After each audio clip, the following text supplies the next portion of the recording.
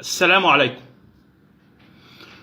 باظت كده، باظت خالص خالص، ما فيهاش خلاص، ما فيهاش حاجه، باظت خالص. وانا مش طالع النهارده عشان اتكلم بقى واقول هنعمل ايه والحقينا ومش عارف إيه. لا خلاص، ما فيهاش كلام تاني، اقسم بالله ما فيها كلام تاني. احنا يا باشا مش عارفين نعيش، خلاص هي خلصت كده، هي خلصت وما بقاش فيها بادرة امل خلاص، ولا بادرة امل ولا فيها مستقبل ولا فيها، ما فيهاش اي حاجه.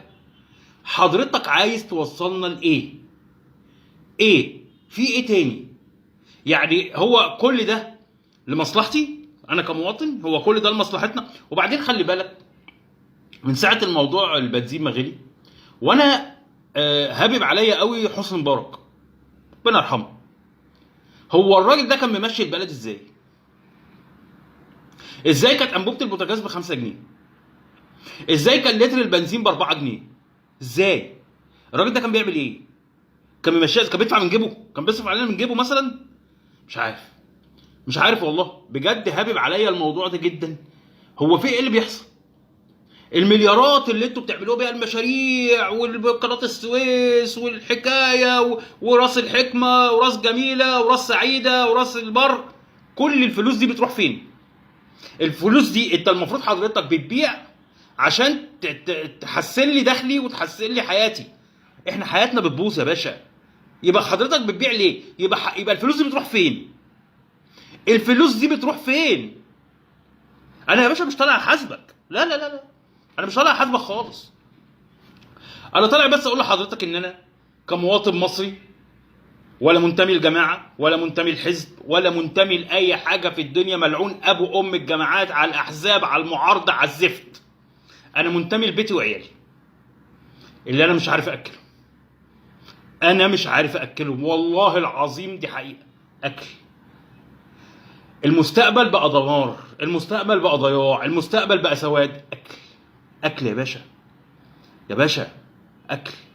قوطه ب 40 جنيه والبطاطس مش عارف بكام اكل، مفيش، مفيش. مش هكلمك بقى في لحمه وفراخ، لا لا لا لا، خلاص الكلام ده احنا نسيناه، والله العظيم نسيناه، اقسم لك بالله نسيناه خلاص. فهي باظت خالص، حضرتك خربتها، خربتها خالص. فاحنا مطلوب ان احنا عايزين توصلوا بينا لغايه فين. وبعدين يا باشا ما تخليك صريح معانا بقى، عايزين بقى شويه صراحه بقى، ما خلاص هي باظت. اطلع يا باشا قول لنا ان احنا في مجموعه من الشعب احنا مش عايزينها.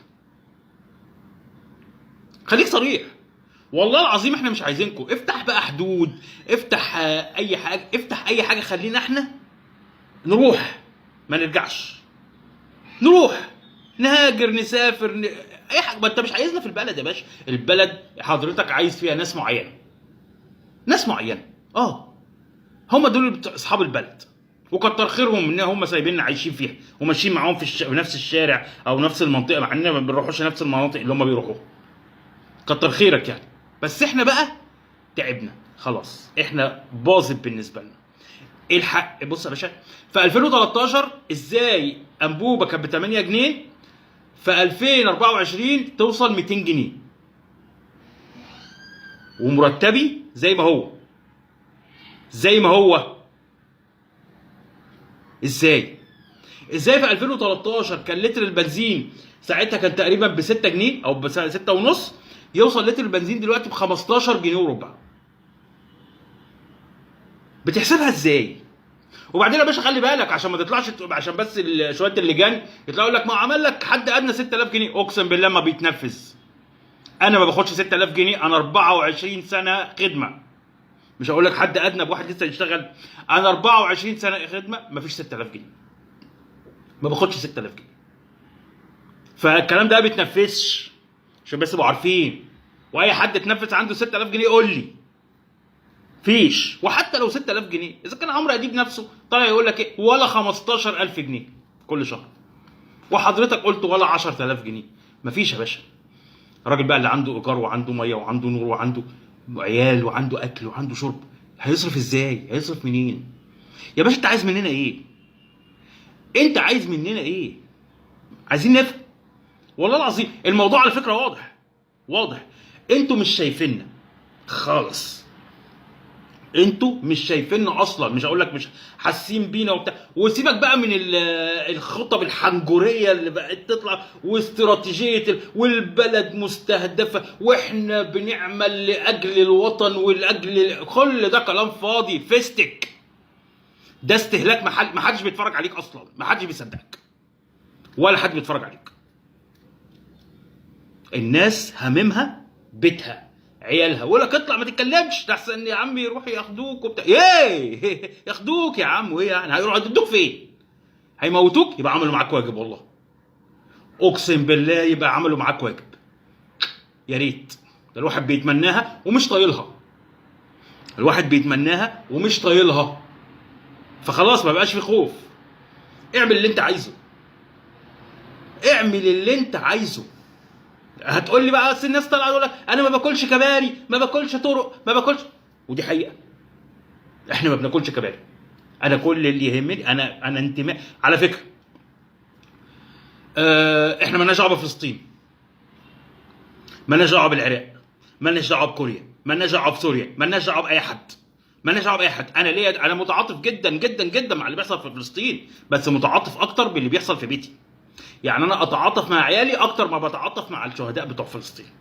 حضرتك العصفوره اللي انتوا لهينا بيها فلسطين واللي بيحصل في غزه والسنوار اللي مات والحكايه والروايه، كل ده انا ما يفرقش معايا. انا يفرق معايا بيتي وعيالي.